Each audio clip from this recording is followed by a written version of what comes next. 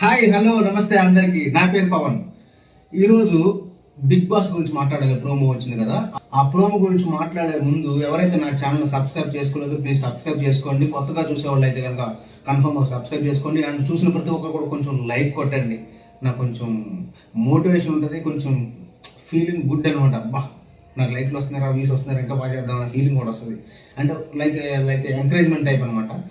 So ఇప్పుడు మనకి ప్రోమోలోకి వెళ్ళిపోతే కనుక ఈ సీజన్లో మాత్రం అన్లిమిటెడ్ ఫన్, అన్లిమిటెడ్ ట్విస్ట్లు అన్నాడు కదా. ఫన్ అయితే లేదు కానీ ట్విస్ట్లు అయితే ఉన్నాయి. ఆ ట్విస్ట్లు ఏంటంటే ఈరోజు చెప్తారనమాట. నామినేషన్ వాళ్ళందరికీ వాళ్ళే, యాక్చువల్ మండే నుంచి స్టార్ట్ అయింది కదా నామినేషన్, కానీ వాళ్ళందరికీ వాళ్ళే ఈ రోజే యానిమల్స్ ఫోటోలు వేసి ఒకరి మీద ఒకరు యానిమల్స్ ఫోటోలు వేసుకోవాలి నాగార్జున గారు చెప్తారు. సో ఈ రోజు స్టార్ట్ అయిపోయింది నామినేషన్ డే అనమాట. ఫస్ట్ యానిమల్ ఫోటో వచ్చేసి భాషకి నిఖిల్ వేస్తాడు. ఆ యానిమల్ ఏంటంటే దోమ. ఆ దోమ ఫోటో యాక్చువల్గా సరదా ఫన్ కోసం వేస్తాడు. ఎందుకంటే సీరియస్ సిచ్యువేషన్ ఉన్నప్పుడు కూడా భాష గారికి యాక్చువల్గా స్పాంటేనియస్ కామెడీ చాలా ఎక్కువ. అంత సీరియస్ డిస్కషన్ నడుస్తున్నా, కోపంగా మాట్లాడుకుంటున్నా సరే జోక్ అనేది సప్పర్ వెళ్ళిపోద్ది, తల మీద నుంచి వెళ్ళిపోద్ది అన్నట్లుగా నిఖిల్ చెప్తాడు. అది కూడా చాలా సీరియస్గా తీసుకోలేదు భాష మెల్లేసినందుకు, దాన్ని కూడా సరదా తీసుకున్నాడు.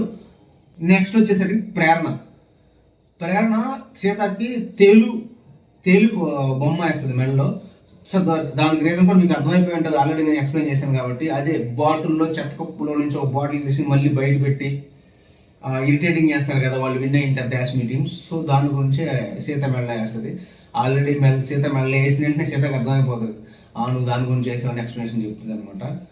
సో సీత మెడలో ప్రేరణ తేలు బొమ్మ వేస్తుంది. నెక్స్ట్ పృథ్వీరాజ్.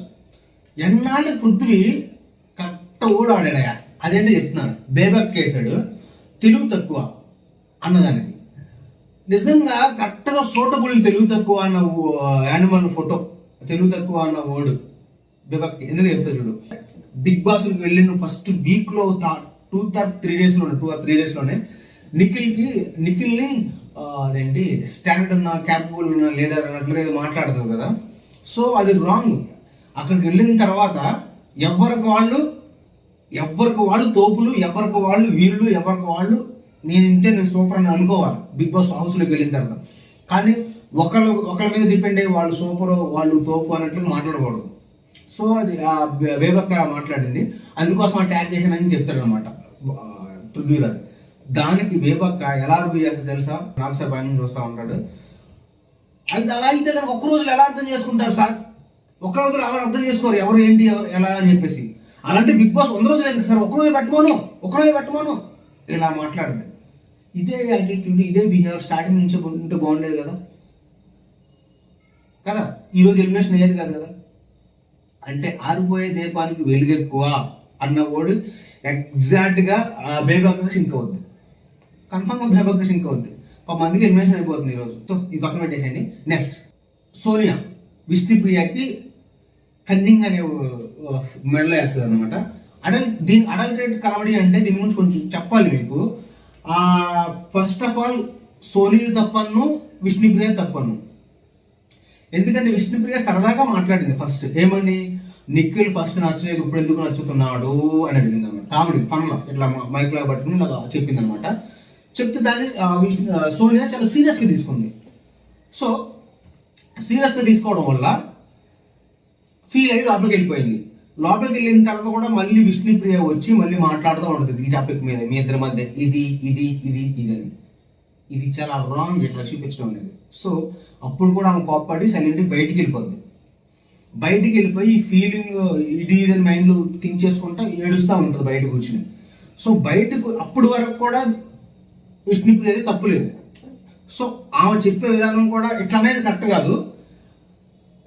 నేను ఆ ఉద్దేశం తనలేదు అన్న మైండ్ సెట్లో ఉంది అమ్మాయి విష్ణుప్రియ. సో అది పక్కన పెట్టు. బయటికి వెళ్ళి సోనియా ఏడుస్తుంటే ఏడ్చేటప్పుడు కూడా సో ఫీల్ అవ్వకు, ఇలా కాదు కదా నేను ఎలా అన్నాను అని చెప్తే సరిపోద్ది. అమ్మాయి కొంచెం కన్విన్స్ అయ్యి కూల్ అయిపోద్ది.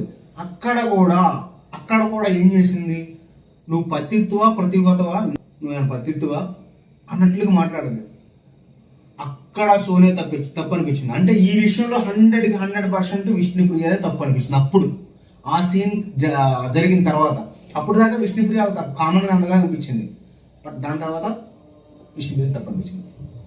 మణికంఠ భాషకి చిరాకు అనే మెడలో ట్యాగ్ వేస్తారు అనమాట.